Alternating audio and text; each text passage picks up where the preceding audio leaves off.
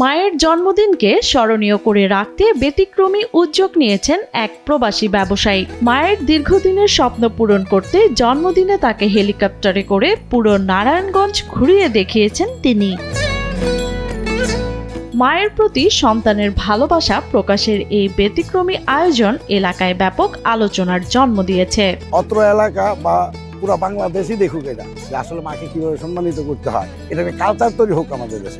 মায়ের নিঃস্বার্থ ভালোবাসা আর ত্যাগের ঋণ কখনো শোধ করা সম্ভব নয়, তবুও মায়ের মুখে একটুখানি হাসি ফোটাতে সন্তানের চেষ্টার কোনো কমতি থাকে না। নারায়ণগঞ্জের বন্দর এলাকায় তেমনই এক ব্যতিক্রমী নজির স্থাপন করেছেন প্রবাসী ব্যবসায়ী মোহাম্মদ হাসান মিয়া খোকন। একটা মা একটা ছেলেকে তার জীবনটা দিয়ে তার লালন পালন করে, এর বিনিময়ে সে কিছু চায় না।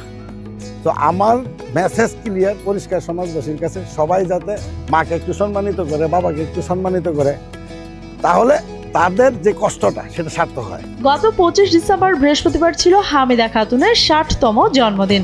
মায়ের এই বিশেষ দিনকে ঘিরে গত 27 ডিসেম্বর শনিবার বিকেলে নারায়ণগঞ্জের বন্দর উপজেলার চরঘাড় মোড়া এলাকায় মায়ের শখ পূরণ করতে হেলিকপ্টার ভ্রমণের এই আয়োজন করেন ছেলে খোকন। হেলিপ্যাড এখানে আসবে, অত্র এলাকা তথা বাংলাদেশের সবাই দেখুক এই জিনিসটা যে আসলে কিভাবে মাকে সম্মানিত করতে হয়। চরঘাড় মোড়া এলাকার বাগানবাড়ি হেলিপ্যাড থেকে হেলিকপ্টারটি উড্ডয়ন করে নারায়ণগঞ্জ শহরের বিভিন্ন এলাকা প্রদক্ষিণ করে, পরে একই স্থানে এসে অবতরণ করে হেলিকপ্টারটি।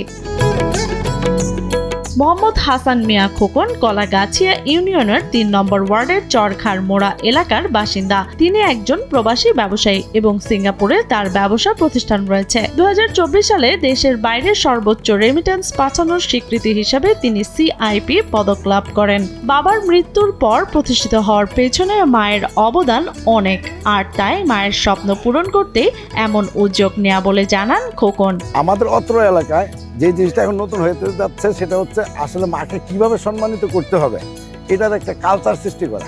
আমার আপন ভাই 2 ভাই চলে আসছে সিঙ্গাপুর থেকে, ওরা শুধু খালি এই আনন্দ কোনো মুহূর্তটা উপভোগ করার জন্য।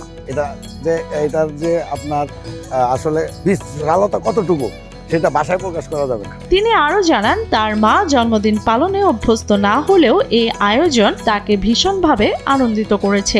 একই সঙ্গে পরিবারের অন্য সদস্যরাও হেলিকপ্টার ভ্রমণে অংশ নেন বলে জানান তিনি।